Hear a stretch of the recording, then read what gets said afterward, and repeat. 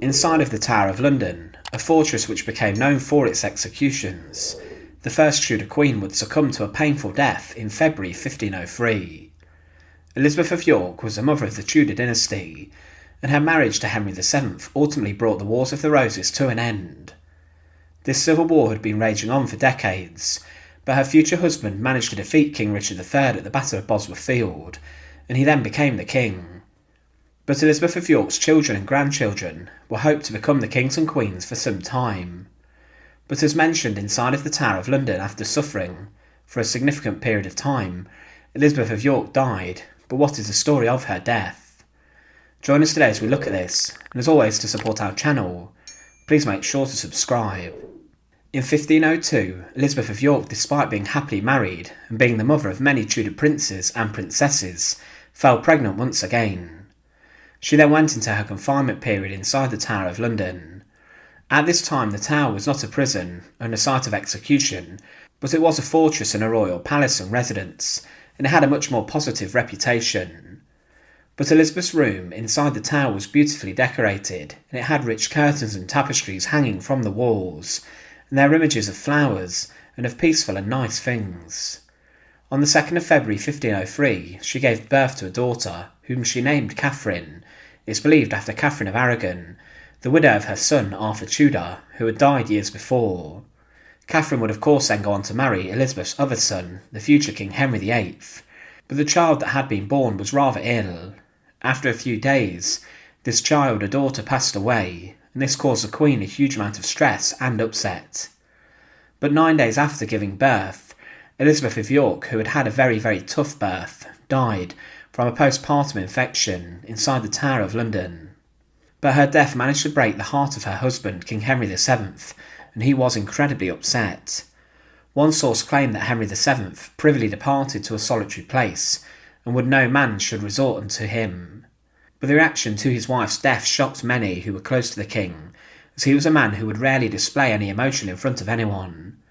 But now he was overwhelmed with grief and was regularly seen sobbing and in tears. He would become angry also, but following his wife's death, the king shut himself away for many days and refused to speak to anyone. The death of Elizabeth impacted his health also, and the king did become very ill from the upset, and his mother then had to come and care for him and look after him. He did recover, but the Tower of London after her death then became abandoned as a place of royal residence, as it was now tarnished by the death of Elizabeth, the mother of the Tudor dynasty. Following this, it then became a site of imprisonment, especially during the reign of Elizabeth's son Henry VIII. But Henry VII was a man who was now content with living miserably and living like a widow, and he wanted to live a basic life, and he would not spend much money, but he would organise a lavish funeral for Elizabeth. 2 council members organised the funeral of Elizabeth of York, the treasurer the Earl of Surrey, and the comptroller of the household, Sir Richard Guildford. The people of London were taxed for this, but when Elizabeth died, the bells of St Paul's Cathedral tolled out, as did all of London's other churches, and her body was then left inside of a chamber for some time. Then the embalming process took place, and her body was washed and then dressed in the estate's robes, and she was then laid out on her bed.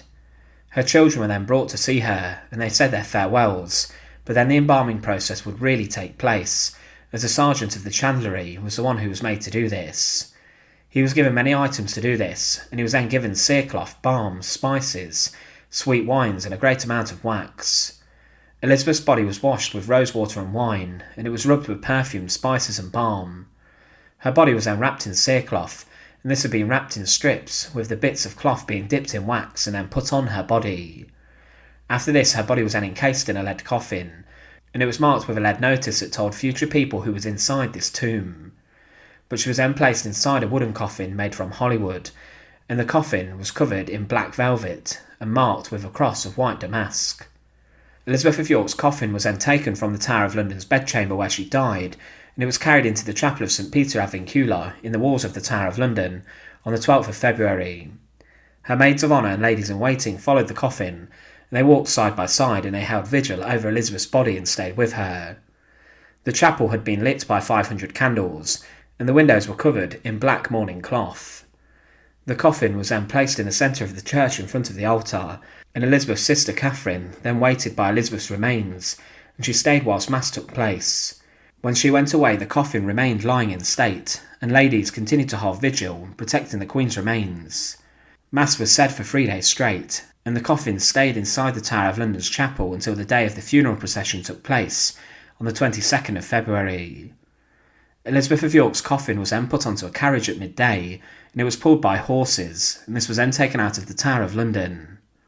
The cart was lined in black velvet and blue cloth, and on top of the coffin was a lifelike effigy of Elizabeth, which was dressed in the robes of the states of the Queen, and on top of her head was a crown. The hair came down to the shoulders, and the effigy gripped in her right hand a sceptre.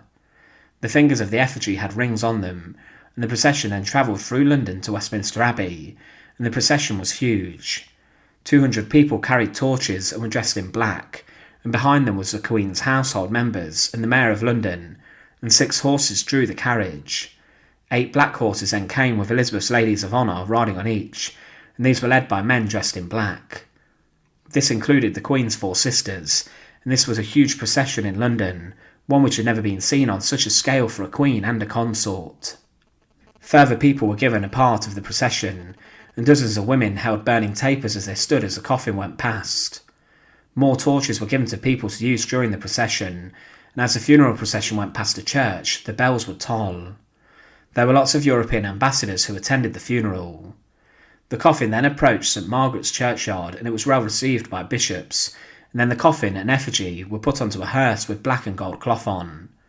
The coffin was then taken into Westminster Abbey in the evening, and it was surrounded by torchbearers and other people, and the coffin was then left in the abbey to lay in state.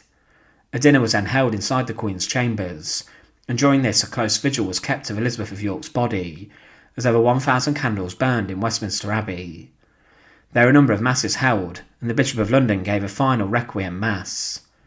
After this, the ladies in waiting were told to say their final goodbyes, and they then gave a number of offerings to the dead, and following this the cloth was taken off the coffin, and the coffin was then interred inside of the abbey. Interestingly, the effigy of Elizabeth of York was taken from the coffin, and this still does exist. But the Bishop of London then blessed the grave and the vault as Elizabeth's coffin was lowered in. Then her chamberlain and gentlemen ushers broke their staves of office, and they threw these in the grave. At this time, the building of a huge Tudor mausoleum, which would become known as the Lady Chapel, in Westminster Abbey had just begun, and because of this Elizabeth was buried in a vault made for her at the crossing of the abbey behind the choir and the high altar. But following the finishing of the chapel, she would then be reinterred in a huge tomb which was made for her.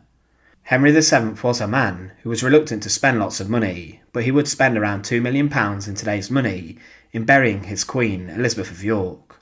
The funeral of Elizabeth of York was a huge spectacle in Tudor England, and it was the first major funeral of the Tudor dynasty. The people of London, including the nobility, the royalty, and the poor, came together for the Queen of England, who was very well liked. Her death inside the Tower of London shocked the nation, and caused great upset to her husband, King Henry VII. He would never feel the same after the death of his wife, and the Tower of London's time as a royal palace and a lavish residence came to a crushing end, especially after the death of Elizabeth. The Tower would then become known as a brutal site of execution and of horror.